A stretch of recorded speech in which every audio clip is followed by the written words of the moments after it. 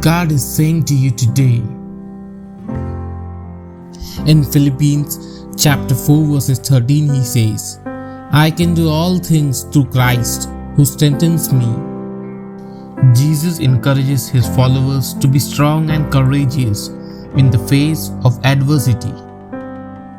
In John chapter 16 verses 33 he says, I have told you these things so that in me you may have peace. In the world you will have trouble, but take heart, I have overcome the world. Jesus says that strength is not just physical but also spiritual. In Matthew chapter 26 verses 41 he says, watch and pray so that you will not fall into temptation. The spirit is willing, but the flesh is weak. In Matthew chapter 7 verses 24 to 25 he says, therefore everyone who hears these words of mine and puts them into practice is like a wise man who builds his house on the rock.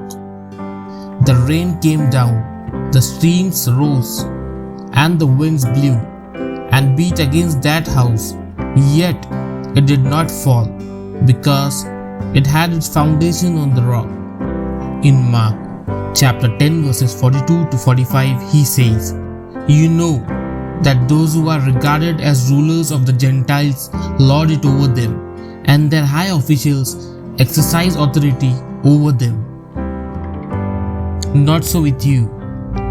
Instead, whoever wants to become great amongst you must be your servant, and whoever wants to be first must be slave of all.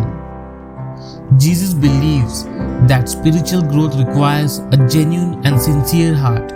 In Matthew chapter 6 verses 1 to 6, he warns against performing religious acts merely to gain the approval of others, saying, for even the Son of Man did not come to be served, but to serve and to give his life as a ransom for many.